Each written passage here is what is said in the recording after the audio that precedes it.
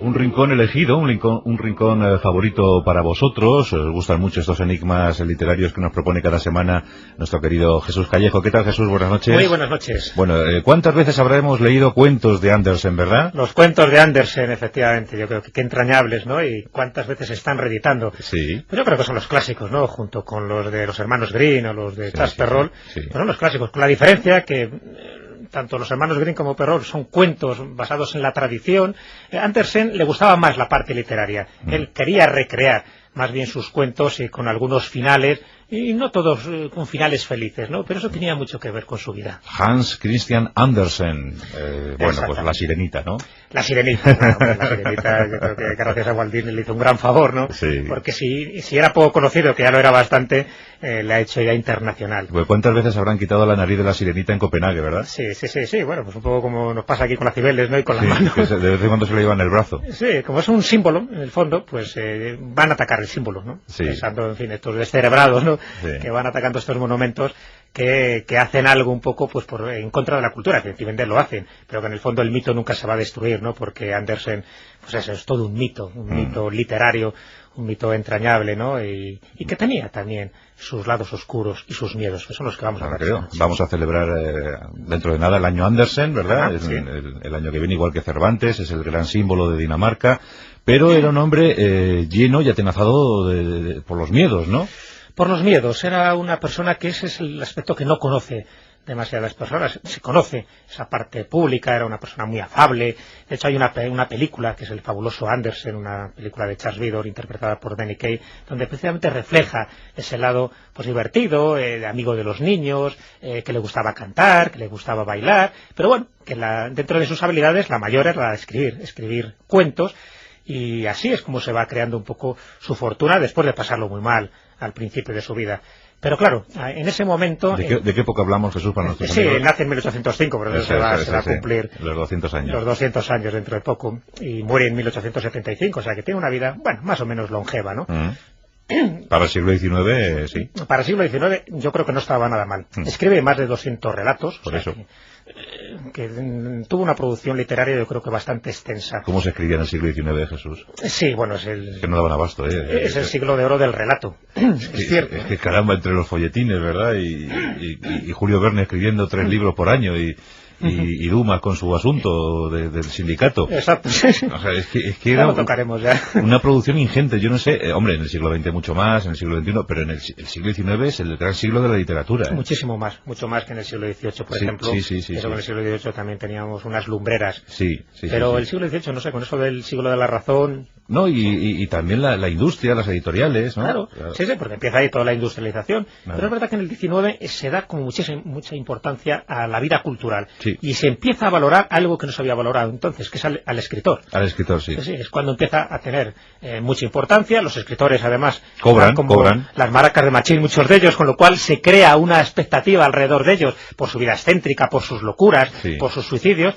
y eso genera, ¿no?, toda una leyenda negra alrededor de escritores que, bueno, pues fomentan su obra y se vende su obra, algunos póstumamente, ¿no?, porque ya habían muerto. Pero es cierto, es el gran año, ¿no?, de la literatura, y también en Dinamarca. En Dinamarca no tiene demasiados representantes, pero tiene este gran genio, que es Andersen, y que tenía esos 2 miedos, vamos a decir, de los muchos que había, ¿no? Sí. Bueno, incluso 3 miedos. Vamos a hablar de un viaje que él hace a España entre septiembre y diciembre de 1862. Es algo que mucha gente no lo sabe, ¿no? Qué curioso, sí. Él viajó a España, igual que muchos escritores franceses, ¿no? España estaba de moda por aquella época. Sí.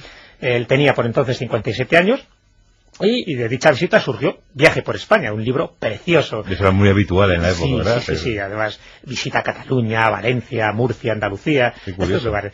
Pero bueno, ya él en las primeras páginas manifiesta un tipo de miedo.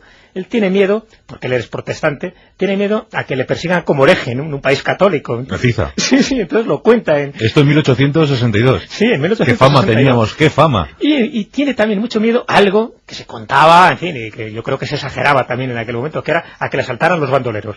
Entonces iba pertrechado con todo tipo de armas de las que podía, pero fíjate, imagínatele a Andersen, el pobre hombre, y se le llegan a perseguir allí los bandoleros. Pero por favor, el tempranillo. Iba acompañado de uno de sus mejores amigos. Y aquí entra una de sus cosas. Está demostrado, porque ahí así lo dicen todas sus biografías, que tenía tendencias homosexuales, una homosexualidad marcada pero no reconocida. Y ese miedo a que le tacharan de homosexual queda reflejado en algunos de sus cuentos.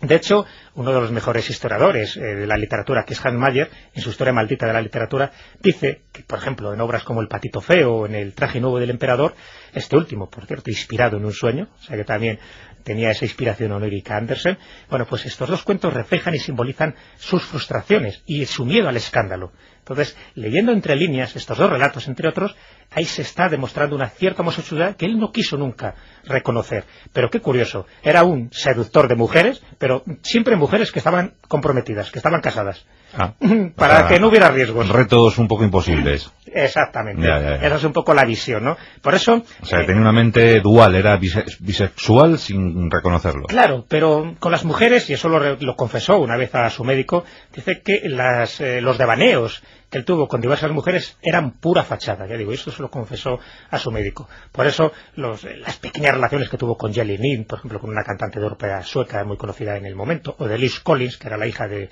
su amigo Jonas Collins, pues todo quedaba en eso, en una mera fachada, porque con el que realmente tenía relación era con Edward Collins, que era uno de sus hermanos, ¿no? Entonces, y eso se va sabiendo poco a poco, y fíjate que incluso llega a tener una relación con alguien muy vinculado al mundo del esoterismo, que era ni más ni menos que Edward Buller Lytton, el autor de Los últimos días de Pompeya, o Zanoni, o La raza que vendrá, que le conoce en Viena, con el que tiene una gran amistad, y Buller Lytton llega a ser gran maestre de la fraternidad Rosacruz de Inglaterra, o sea que posiblemente muchas de esas ideas se le inculcaran en Andersen y quedan reflejadas en algunos de sus cuentos.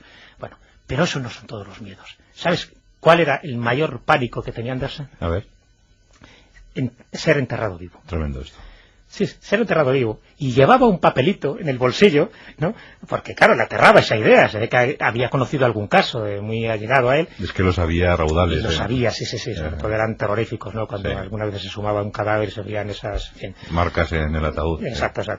Le aterraba de una forma tan atroz que siempre llevaba una nota en el bolsillo advirtiendo que nunca dieran por sentado que estaba muerto, que lo comprobaran, ¿no? Que le pincharan un poquito. Exacto. Es que en el siglo XIX se supone que del 3 al 5% de los enterramientos eran equívocos, o sea, que enterraban a la gente viva por catalepsia, por alguna cosa de esas. Y eso cuando no había epidemias el porcentaje subía muchísimo más. Sí. Entonces Andersen estaba obsesionado con esa historia, ¿no? Totalmente obsesionado, estaba aterrado. No quería ser enterrado vivo. No, bajo ningún concepto.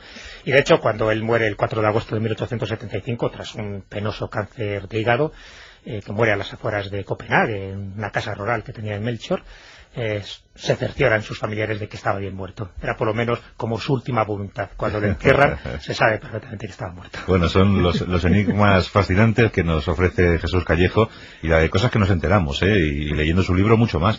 Así que aquí tenemos a Hans Christian Andersen, el afamado autor danés, que bueno, lo primero, tenía miedo, cuando viajó por España tenía miedo a ser juzgado como hereje y llevado a la hoguera. También tenía miedo a ser asaltado por los terribles bandoleros de Sierra Morena en Cataluña. Y luego tenía miedo a confesar, a salir del armario, a confesar su latente homosexualidad. Y sobre todo, miedo a ser enterrado vivo. Pues caramba, son miedos muy humanos. Muy humanos. Yo creo que quedémonos con una de sus frases favoritas que refleja en una de sus obras, una de sus confesiones, ¿no?